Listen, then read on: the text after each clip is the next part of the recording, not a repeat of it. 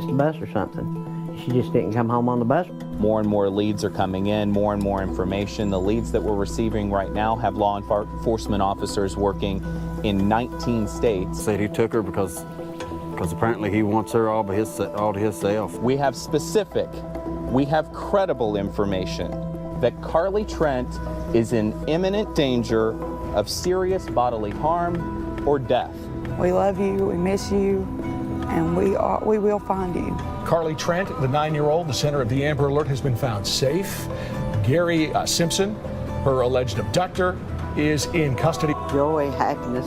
I'm so relieved that I just asked her, if she was glad to see Daddy and her sister, and she was happy. I'm just very thankful to the Lord that we were able to find her and get her back safely.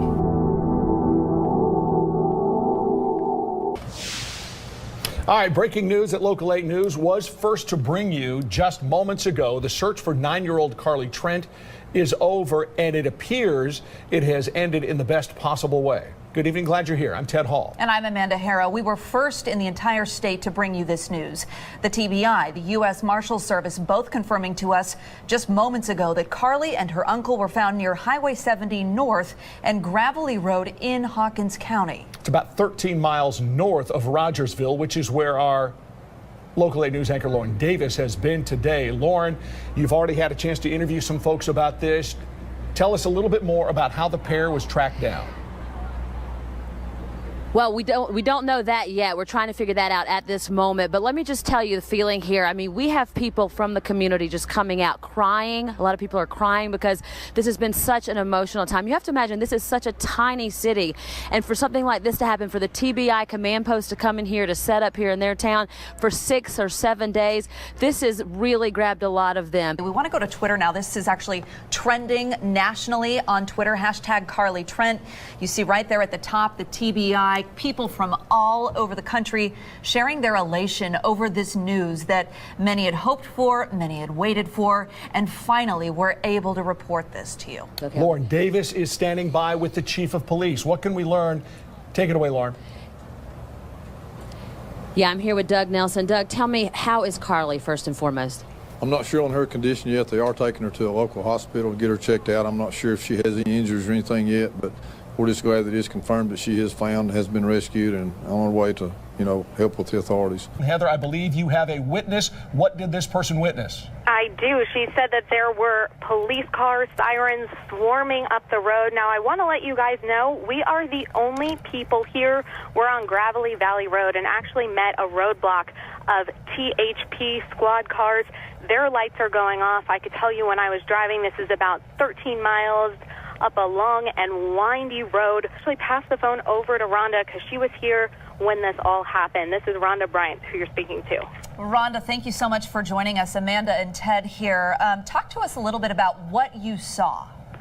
First I heard two four-wheelers, going back in on a hillside about 200 yards from my house, and we figured, well, they found something back there. And we're looking now at exclusive video over your area, Hawkins County, of the scene. Exclusive video from our Eye in the Sky, Pete Michaels here, Rhonda, as we continue to talk with you. Can you speak a little bit about how difficult it must have been for search crews to find them?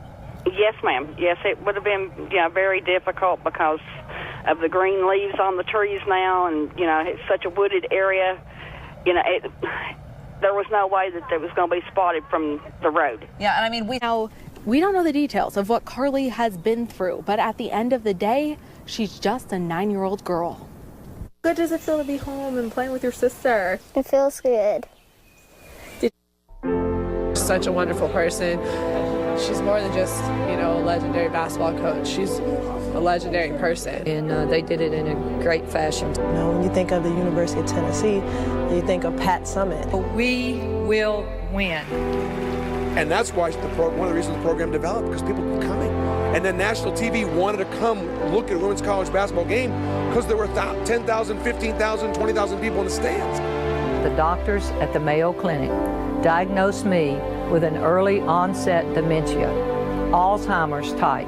Can't thank her enough, and it's like I quietly thank her every day. I'm going to keep on keeping on. I promise you that. Thank you. Just over 5 years ago, East Tennesseans were basking in the success of having the greatest women's basketball coach lead our team to championship after championship. In those short 5 years, Alzheimer's has cruelly deteriorated Coach Pat Summitt. She passed away early this morning at a senior living facility in Knoxville. It is with a heavy heart I'm here.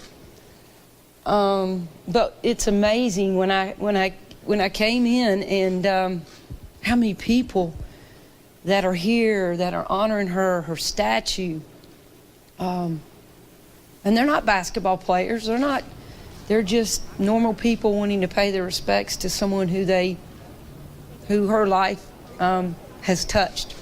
So what a great tribute for her. She was an inspiration. Every flower, every tear, marking the legacy that she'll leave for forever, is a memory of Pat Summitt. If you're feeling down or anything, all you got to do is think about what Pat Summitt went through and how she got where she is. To do something that I never thought I'd be able to do is to go in a field that not many women were in. The word icon and legend is probably overused in sports today, but it certainly applies to Pat Summitt. But I know I speak for a lot of people when I say even more important than that is that she was our friend. And you can see a very faint "Pray for Pat" on the rock right now. No doubt this will become much more of a tribute as the day progresses. You know, her sense of humor, her love for life, her love for family, her faith.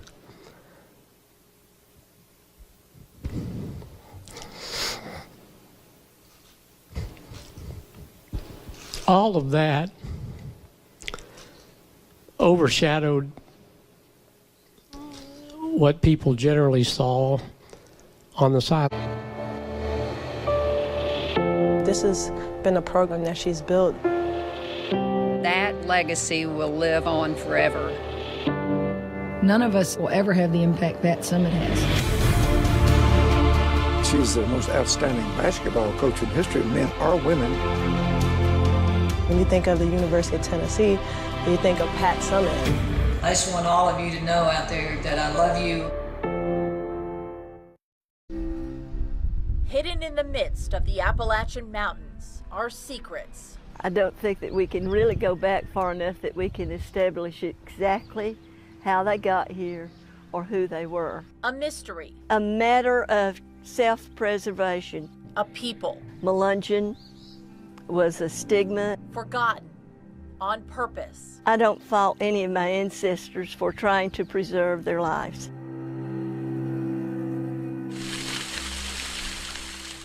Melungeon. The word itself is a mystery. The Portuguese term for shipmate is melungeon. But perhaps its most likely origin, the French word melange, a slur used in the Old South against anyone with dark skin. That a lot of people were really upset because they may be classified as being black. The dark-skinned, blue-eyed people who settled at the feet of the mountains in a town called Vardy, many people believe are a mixed race, made up of European, Native Americans, maybe even shipwrecked Portuguese sailors. We have very few people who will agree on any of the theories about their origins. Everyone has a different spin. But one spin is they come from African descent. So they kind of shut up and were quiet about their ancestry. These whispers in the mountains echoed through generations, but the secrets stayed trapped, covering up who they were, afraid for their lives to admit they had any African blood in their veins. Go back to the 1800s. Would you want to admit that you were African American and become a slave? No. For all we don't know, one thing we do, they suffered. At 5 years old in 1947, I went to school up here on the hill. Druanna Overbay grew up in the Melungeon town of Vardy. It was the only life she knew, but without a clue about who she was. I came in and picked up the magazine, the Saturday Evening Post. My mother was inside, and she came running out, and she said, "You give me that dirty, filthy magazine, and I don't want to hear you mention it again." And she took it away from me. the people in the magazine were from Vardy. The faces looked like hers. Her curiosity grew roots, but her questions weren't answered. Whenever I first discovered that I am Melungeon, my mother absolutely was adamant that we were not. With their dark skin, they were forced to defend themselves against the shockwaves of racism sweeping a nation. She didn't want us associated with being Melungeon because she wanted to protect us. Because where there were secrets, also lurked danger. There was a fella in Virginia, Walter Plecker, who was emasculating young Melungeon boys. Because of his age, Drew Anna's brother was a target. Hitler even sent in his henchmen to study how to eradicate a race. And because Walter Plecker felt like that Melungeons were inferior, if there was one drop of African blood, they were supposed to be destroyed some way or another. But fear is no match for pride. Drew Anna worked to uncover her family's buried secrets. It wasn't until the end of the century that her mother opened up. She said, I have something to give you. If you're going to tell this story, I might as well give you what I've got. And that's whenever she gave me that Saturday Evening Post magazine back. I went, oh, I couldn't believe it. Now Drew Anna owns and works the original Melungeon homestead, preserving the land, bringing back to life the story that was never told. This is where my ancestry began. How much pride I have. Still, a mystery remains hidden in the mountains. We want to solve a good mystery. Finding the forgotten faces of Appalachia.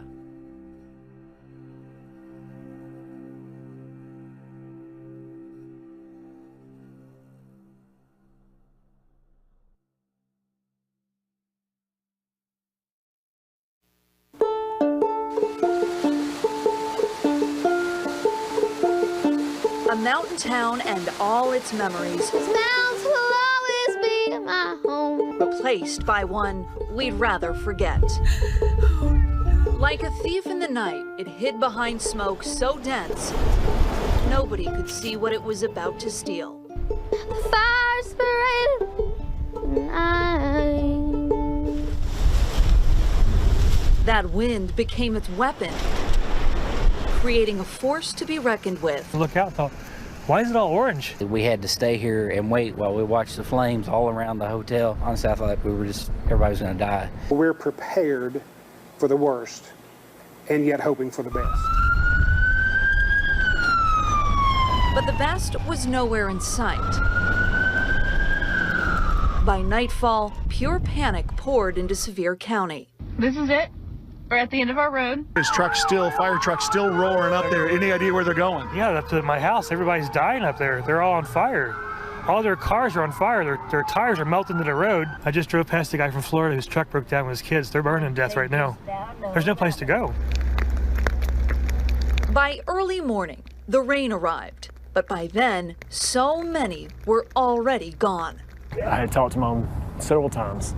Around 8:30, I got a phone call, a frantic phone call that the house was on fire. At that time, I told her to leave, and I was on my way. She didn't make it. She didn't make it out of the house at all. She loved her kids. Constance Reed and her two daughters didn't either. When the detective come to the door, I really thought that, that she was going to tell me that they were alive. Even when I saw the preacher, I thought that they were going to tell me they were hurt. Oh, he held out hope in spite of. I asked her if she was dead, and she told me yes. You're not supposed to bury your children. The embers took much away. There have been 14 fatalities.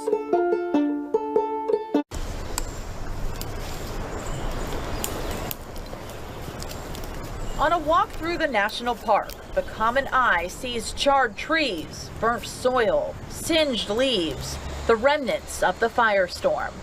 But to the trained eye of scientists, they see life And it's only been a few months, but we can already see fungi are coming back again. You see all that pink stuff? That's the Pyronema. They found what they're looking for, Pyronema, a tiny fungi that only grows after a fire. I walk around in the woods very slowly and just I'm very patiently looking for all of these fungi that occur on the ground. I mean, sometimes they're less than a millimeter in diameter. They're really small fungi. Think of these tiny particles as the food for the plants and the trees to sprout again. They help to keep degrading all of this other stuff until the other fungi can come back in again. To have such a giant role in the recovery, the fungi itself only lives for a small amount of time. So the scientists have to know when and where to find it. But if it's not fruiting like this in the log, you come here next week, all of this is gone, you'd have no idea the fungus is even there. There's lots of different fungi that grow in the park, but this Pyronema is a new species here to nourish the forest. We really studied the diversity well for the last 100 years. We have a good knowledge of what occurs here in the park, and we've never found these before. Here's one that's fruiting. The first signs of new life, making scientists optimistic for the future of the forest. A month ago, there wasn't nearly as much stuff up as there is now. It's just, it's amazing how quickly it's recovering. Probably this time next year, you're going to have a hard time telling a fire even came through again. The soil's going to be all pretty much back to the way it was before. Growing back even stronger, starting from the ground up. Again, John Curry out as UT's athletic director, apparently on paid leave. We broke the story this morning. Philip Fulmer is going to step into that role for 2 years. But we're waiting to learn more. As you can see, we're getting a news conference set up here on UT's campus. Chancellor Beverly Davenport is expected to address the media. That could really happen at any moment here. Renee Johnson lives out in the country, in the quiet open air. But there's an unwelcomed visitor who won't leave her alone. The red bird has been coming to my back door and pecking on it. It's a constant peck. From tinfoiled windows to wind chimes. He comes back every single day. For months, she's tried everything to get him to go away. It starts at 7:30 and it may end between 8 and 9 o'clock at night. If it doesn't come to the back door, it goes to my kitchen window and hangs on the screen and stares at me. But there's more to the story. More about this little red bird that seems to have found his home, perhaps even his family. I've gone to see a psychiatrist and she said you will get the signs from heaven. 6 years ago, Renee's son Anthony died. He died suddenly. I mean, it was the worst phone call a mother could ever ask for. Some people say there's meaning in things you experience after losing someone you love, including a red bird. It's a sign that you have a visitor from heaven, and I truly believe that. It's said that a cardinal shows up as a symbol, paying a visit when you miss that person the most. I look forward for him to come. Like, I've got my little friend that comes and visits, you know, and I do believe it's him. I do believe it's a sign. Bringing comfort to the heartache that follows her son's untimely death. I don't think anything's going to hurt me as long as he's around. I know he's just a red bird, but I don't think he's going to hurt me. A now welcomed visitor whose wings protect her from the pain. I wish my son could come back. I wish I could take 6 years and just go backwards and not have to see this red bird. But since I can't do that, I accept the signs and I believe in them. I'm a strong believer now. Street, where KPD says shots were fired at a home. 2 people are inside at the time. 46-year-old Lisa Perry was hit multiple times, according to KPD, in the back. A 10-year-old girl was uninjured. From there, KPD says Perry's 23-year-old son, Brandon Perry, drove with others to Lonsdale, where they randomly fired numerous times, hitting and killing Xavion Dobson. Xavion Dobson, a 15-year-old Fulton High School student and football player, was struck and killed after he had jumped on top of 3 girls to shield them.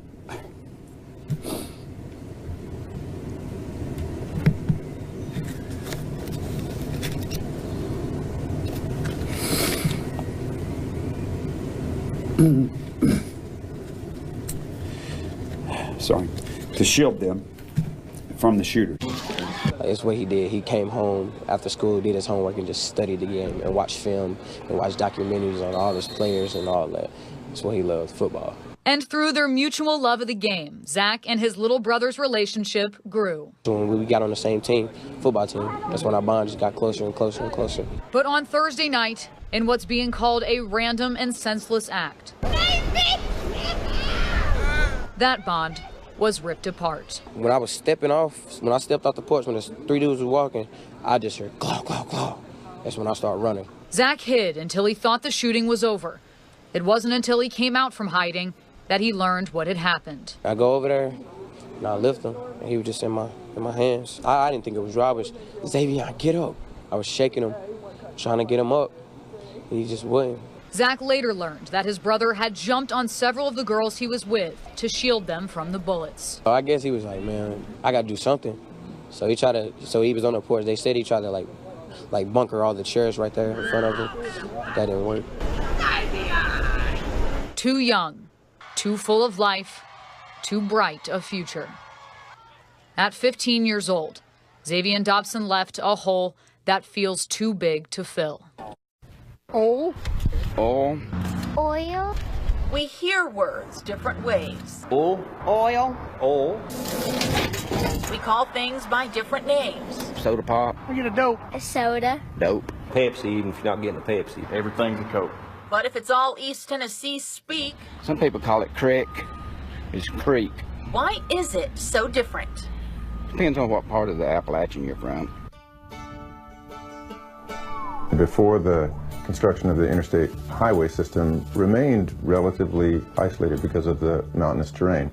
And as a result, some things that changed in General American didn't change in Appalachia. With slightly distinct dialects, even within our region, we had to hear the differences for ourselves. So we hit the road, taking this list to counties across East Tennessee. Can't. Can't. Can't. Can't. Far. Fire. Fire. Fire. Fire. Fire. Fire. Since the Scots-Irish that first settled this region were ultimately from the north, they brought their R's with them. Shower. Shower. Shower. Shower. Shower. All right.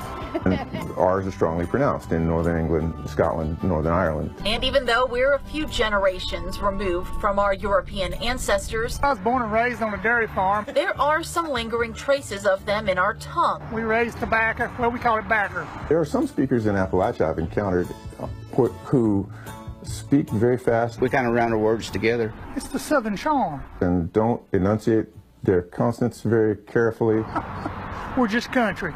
You heard how your mom and dad spoke and how your grandparents spoke and your great-grandparents. The way we say things and the things we say. Sexier than socks on a rooster. The cricketer and the dog's hind leg. Tighter than Dick's hat band.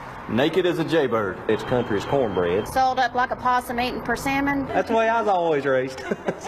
Some of that is just relative geographic isolation. Starting with, how you doing? Fine as frog hair. Finer than frog's hair split 3 ways. Finer than frog hair split 3 ways and tapered on both ends. Even our most famous expression, y'all, Y'all. Y'all. Y'all. is different depending on where you grew up. Ewins. Ewins. If it's 2 ovens, it's y'all. If you got more than 2, it's Ewins. The dialect might seem simple, but it's actually quite sophisticated. Fixing to do something. That use is attested in the Oxford English Dictionary. Instead of fixing. I think as far back as 1788. I'm fixing to do a lot of things. I'm fixing to come unhinged. Whatever it is that you're fixing to do. I am what I am and who I am. Don't ever let anybody make you ashamed of your home talk. I'm proud of it.